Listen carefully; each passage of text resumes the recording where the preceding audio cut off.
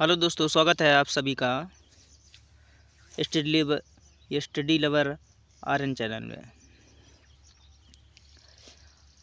आज हम आपको पार्ट ऑफ स्पीच के सेकंड लेक्चर के बारे में पढ़ाएंगे।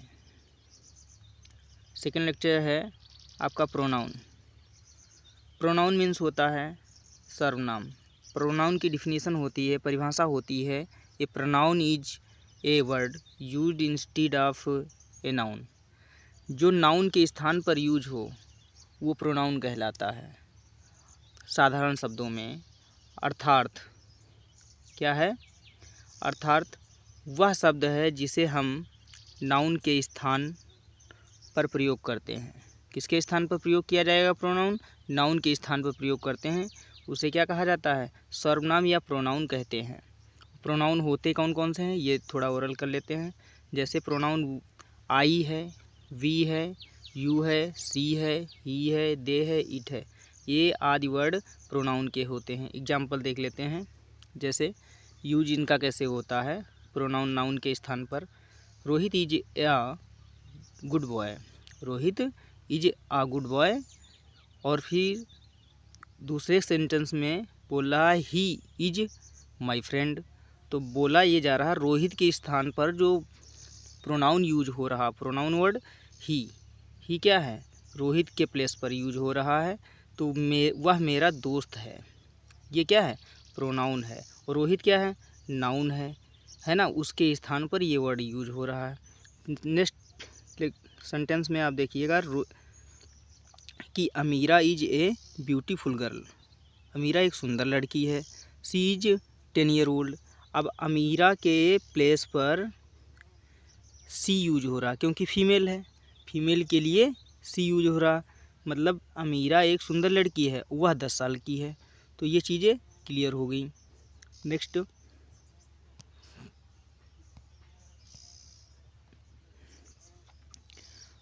अब एग्जाम्पल देखते हैं हम। ऊपर दिए गए एग्जाम्पल में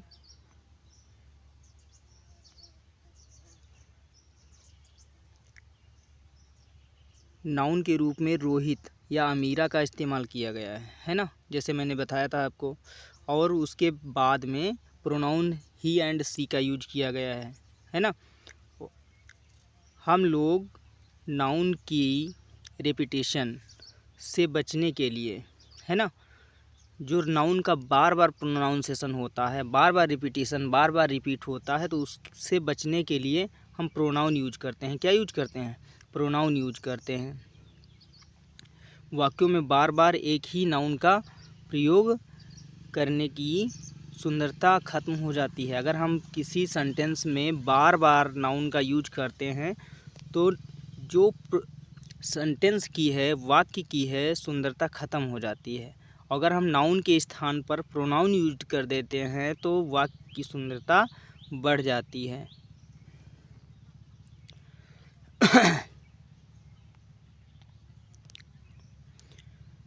अगला अब टाइप ऑफ हम प्रोनाउन देखते हैं। टाइप ऑफ प्रोनाउन का मतलब होता है पर्सनल प्रोनाउन। पर्सनल प्रोनाउन वे प्रोनाउन जो तीनों person, first person, second person, third person. First person में जैसे आई आता है, वी आता है, ठीक है, क्या आता है? फर्स्ट पर्सन में आई हो गया, सेकंड पर्सन में यू, थर्ड पर्सन में ही, सी आता है। उन्हें पर्सनल प्रोनाउन कहते हैं। Personal pronoun. इसके बाद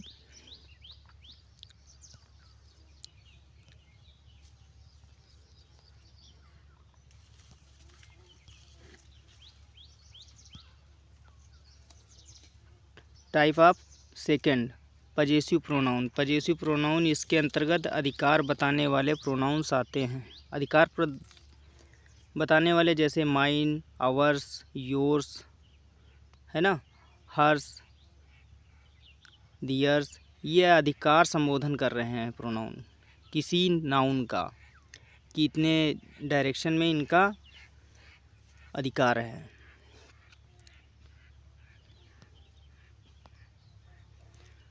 फिर आता है थर्ड नंबर पर डोमिनेस्ट्रेटिव प्रोनाउन। डोमिनेस्ट्रेटिव प्रोनाउन का मतलब होता है व्यक्तियों या वस्तुओं की ओर संकेत करना। जब हम किसी वस्तु या व्यक्ति की ओर संकेत करते हैं तो डोमिनेटिव प्रोनाउन का यूज किया जाता है। जैसे यहाँ पर लिखा हुआ है, मिसप्रिंट हो गया है,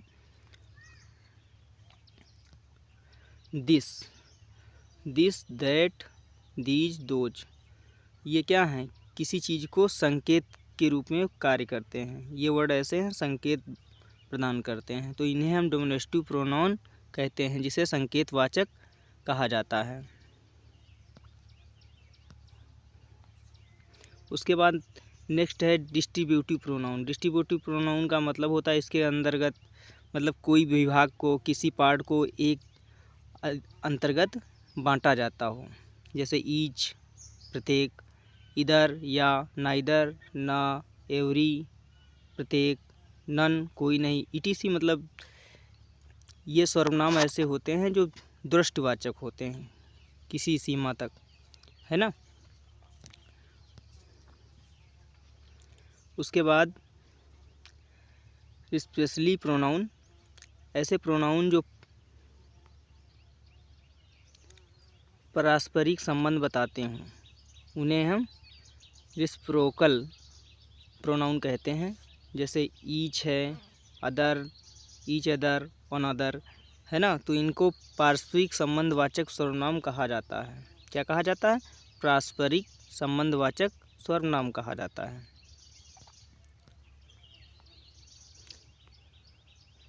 नेक्स्ट है रिफ्लेक्सिव प्रोनाउन। रिफ्लेक्सिव प्रोनाउन में स्वयं, जिसमें स्वयं का बोध होता हो, उसे रिफ्लेक्सिव प्रोनाउन कहा जाता है। जैसे हम योर सेल्फ है, आवर सेल्फ है, your self, him self, her self, them self, one self, ये रिफ्लेक्सिव निजवाचक प्रोनाउन में आते हैं। किसमें आते हैं? निजवाचक प्रोनाउन में आते हैं, जिसे हम रिफ्लेक्सिव प्रोनाउन कहते हैं। उसके बाद आता है इंडेफिनिट प्रोनाउन। इंडेफिनिट प्रोनाउन का मतलब होता है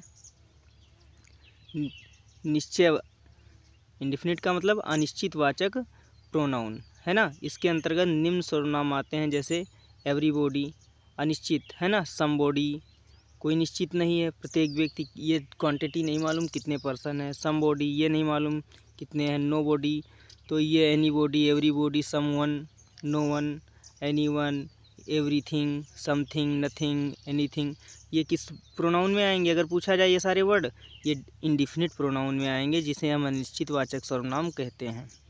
समझ रहे ना। उसके बाद आता है रिलेटिव प्रोनाउन। रिलेटिव प्रोनाउन को हम वह सर्वनाम जो दो वाक्यों को जोड़ने का काम करे, उसे रिलेटिव प्रोनाउन कहा जाता है। क्या कहा जाता है? Relative pronoun. जैसे हु का यूज किया जाता है, हुम का, हुज का, हुज का, दैट का, ये सारे क्या हैं? रिलेटिव प्रोनाउन आते हैं। वैसे हम पढ़ते हैं ये इंट्रोगेटिव प्रोनाउन के दायरे में भी, लेकिन ये जब किसी वाक्य, एक वाक्य को दूसरे वाक्य से जोड़ने का काम करते हैं, तो ये रिलेटिव, संबंध कारक के रूप में, संबंधवाचक सर्वनाम के रूप में ये प्रयोग किए जाते हैं। ठीक है। अगला 10th नंबर है इंट्रोगेटिव प्रोनाउन। ये सर्वनाम जिनसे प्रश्न पूछे जाते हैं इंट्रोगेटिव प्रोनाउन कहलाते हैं। जैसे इंट्रोगेटिव प्रोनाउन हु मीन्स कौन, हुम मीन्स किसे, हुज मीन्स किसका, विच मीन्स कौन सा, वगैरह वगैरह, व्हाट, ये सारे काफ़ी वर्ड होते हैं। हम WH फैमिली अलग से क्लियर कराएंगे आपको। तो ये इंट्रोगेटिव प्रोनाउन इसके अंतर्गत आते हैं। तो आप आज ये प्रोनाउन के 8-10 प्रकार बताए गए हैं, आपको क्लियर कर लेना है ना। Thank you.